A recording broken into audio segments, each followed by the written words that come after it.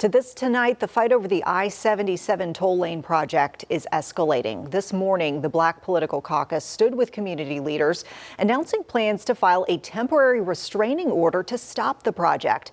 They say historically Black neighborhoods like McCrory Heights are once again being put at risk. That's where we find WCNC Charlotte's Bria Smith tonight. Bria, you spoke with neighbors. It sounds like they are very concerned about the impacts this project could have on the area around them. That's right, Vanessa. And simply put, neighbors and residents in this area are asking for a pause or even a complete end to this expansion, as they do believe it will sacrifice part of this neighborhood. We just feel like we just can't go through this again. The plea of one longtime resident, Marilyn Twitty Brown, who has called this neighborhood her home for the past 73 years. My parents built this house in 1953 when I was 4 years old.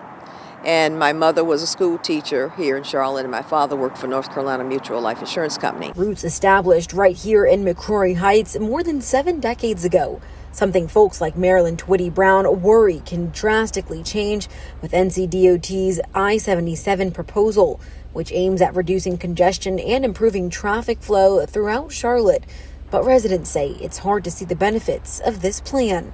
The traffic complication, the pollution complication, the noise pollution.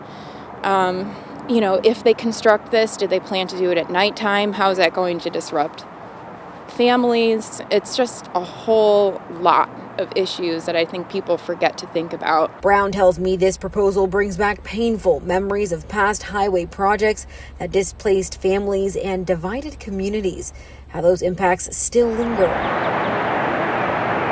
The first thing that happened to us was Brookshire Freeway, and that was in the early 60s. And so they took houses off the back street. We lost a lot of houses. And then there, beside where I live here on Fairfield, it went up the hill, and there were about 9 homes up there.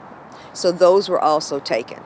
So when I went off to college and came back, those people were no longer here, and neither were those houses.